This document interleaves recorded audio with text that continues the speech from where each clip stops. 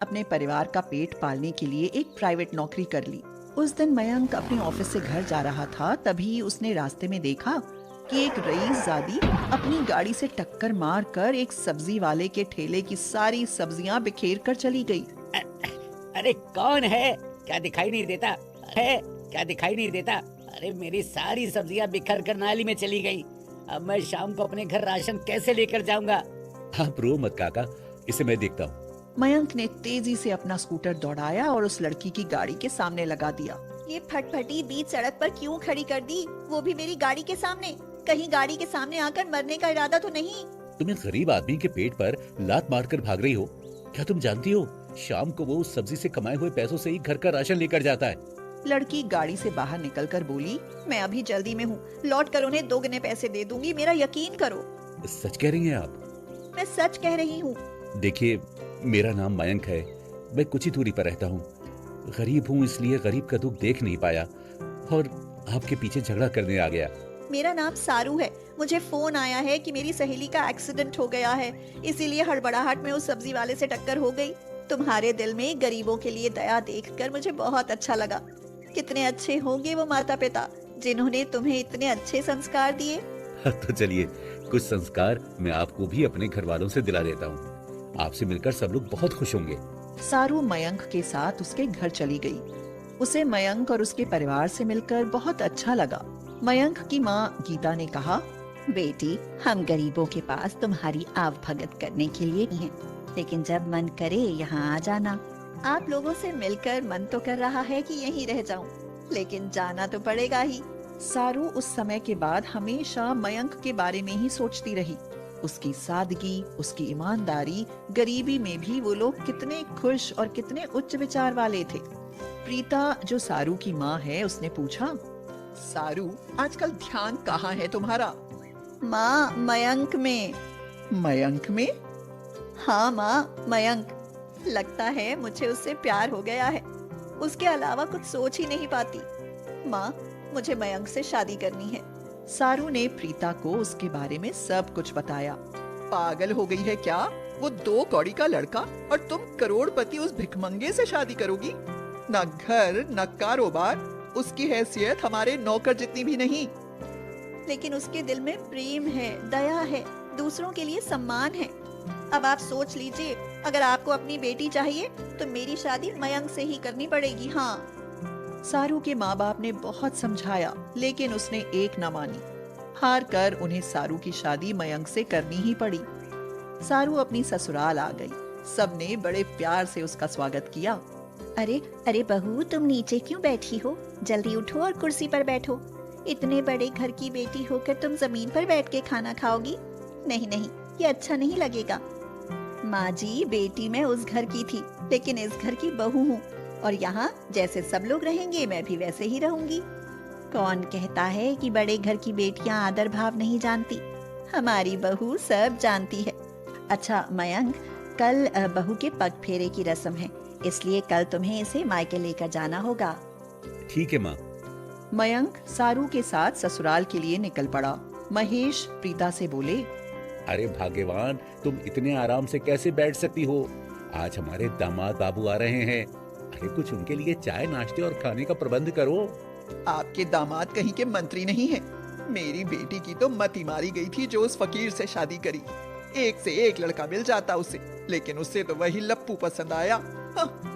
प्रीता, मयंक पढ़ा लिखा है, स्मार्ट है। पैसे का क्या, मेहनत करेगा तो पैसा भी आ जाएगा। चलो उठो और दामाद जी के चाय नाश्ते का प्रबंध करो। आखिर ससुराल में हमारे दामाद बाबू का आज पहला दिन है। दाल चावल बने रखे हैं, उसके लिए वही काफी है। और सारू के लिए ऑनलाइन पिज्जा ऑर्डर कर दूंगी, उसे बहुत पसंद है। मेरी बच्ची ने पता नहीं 2 दिनों में क्या खाया होगा। प्रीता, कुछ भी सही, अब वो इस घर के दामाद हैं। प्रीता वहाँ से मुंह बिचकाकर चली गई। आते वक्त रास्ते में मयंक ने कहा, सारू, पहली बार ससुराल जा रहा हूँ। मुझे लगता है कि मुझे तुम्हारे मम्मी पापा के लिए कोई उपहार और कुछ मिठाई ले लेनी चाहिए।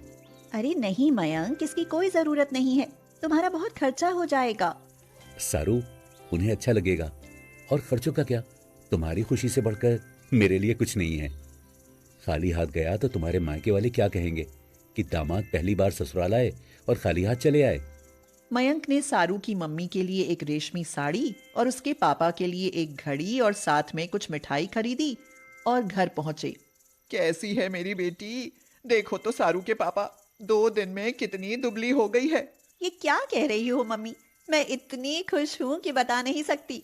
वहाँ सब लोग मेरा बहुत ख्याल रखते हैं। अरे दामाद जी, आप खड़े क्यों हैं? अंदर आइए, बैठिए। प्रीता, बातें तो होती रहेंगी, पहले दामाद जी के लिए चाय नाश्ता तो लगाओ।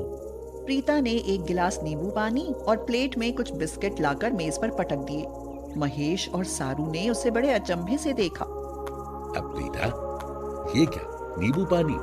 अरे आज दामाद जी पहली बार ससुराल आए हैं और तुम उन्हें नींबू पानी दे रही हो। अरे तुम्हें शर्म नहीं आई? जानते हो, गरीब लोगों को दूध, रबड़ी, गाजर के हलवा जैसा शाही नाश्ता हजम नहीं होता। इनके लिए नींबू पानी भी ठीक है। जल्दी पी लीजिए दामाद जी, दाल चावल बने रखे हैं, फिर खाना भी खा लेना। चलो सारू, अंदर चलो, मैंने तुम्हारी पसंद का पिज्जा ऑर्डर किया है, साथ में ब्लैक फॉरेस्ट, लावा केक और कोल्ड ड्रिंक में तुम्हारी फेवरेट माजा भी। चुप करिए मम्मी जी, आज आपके दामाद का ससुराल में पहला दिन है और आप उनकी इतनी बेइज्जती करेंगी, ये मैं बिल्कुल बर्दाश्त नहीं करूंगी। वो गरीब है तो क्या हुआ, मुझे पलकों पर बिठा कर रखते हैं। वो बेचारे अपनी थोड़ी सी सैलरी में आपके लिए तोहफे लाए हैं और आप उन्हें। चलिए मैम, अब मैं यहाँ 1 मिनट और नहीं रुक सकती, चलिए। कोई बात नहीं सारू, इसमें नाराज होने की क्या बात है? अरे नींबू पानी से हाजमा होता है, समझी? और मैं गरीब तो हूँ, इसमें जब मुझे बुरा नहीं लगा तो तुम्हें क्यों लग रहा है? मम्मी जी, पापा जी, आपके चरण स्पर्श करता हूँ, जो आपने अपनी इतनी संस्कारी बेटी को मेरी जीवन संगनी बनाया। मैं वादा करता हूँ कि उसकी आंखों में कभी आंसू नहीं आने दूंगा। मम्मी जी, ये आपके लिए, और पापा जी, ये आपके लिए। पहली बार ससुराल आया था तो सोचा खाली हाथ आना अच्छा नहीं लगेगा। कोई बात दिल पर मत लीजिएगा, आपकी बेटी सारू आती रहेगी आपसे मिलने। मैं तो गरीब हूँ, इसलिए मेरा यहाँ आना ठीक नहीं होगा। प्रीता ने जब साड़ी और घड़ी देखी तो उसकी आंखों में आंसू भर आए। वह यह सोचकर बहुत शर्मिंदा हुई कि जिस दामाद का वह अपमान कर रही थी, उस दामाद ने अपनी हैसियत से भी ज्यादा महंगी साड़ी और घड़ी खरीद कर उन्हें तोहफा दिया है। रुक जाओ दामाद बाबू, ऐसे कहाँ जाते हो? आज तो आपका ससुराल में पहला दिन है, खातिरदारी का मौका नहीं दोगे? मम्मी, आप ठीक तो हैं? मुझे मेरी गलती का एहसास हो गया है सारू। मैं दौलत के नशे में इंसानियत को भूल गई थी। मुझे माफ कर दो दामाद जी। मैं आज आपका ससुराल में पहला दिन इतना यादगार बना दूंगी कि आप भी क्या याद करोगे। तुम सब बैठो, मैं अपने दामाद के लिए कुछ स्पेशल नाश्ता बना कर लाती हूँ। नहीं मम्मी जी, मुझे कोई खातिरदारी नहीं चाहिए, बस हमेशा अपना आशीर्वाद बनाए रखिएगा। ये सुनकर प्रीता ने सारू और मयंक को गले से लगा लिया और खूब आशीर्वाद दिए।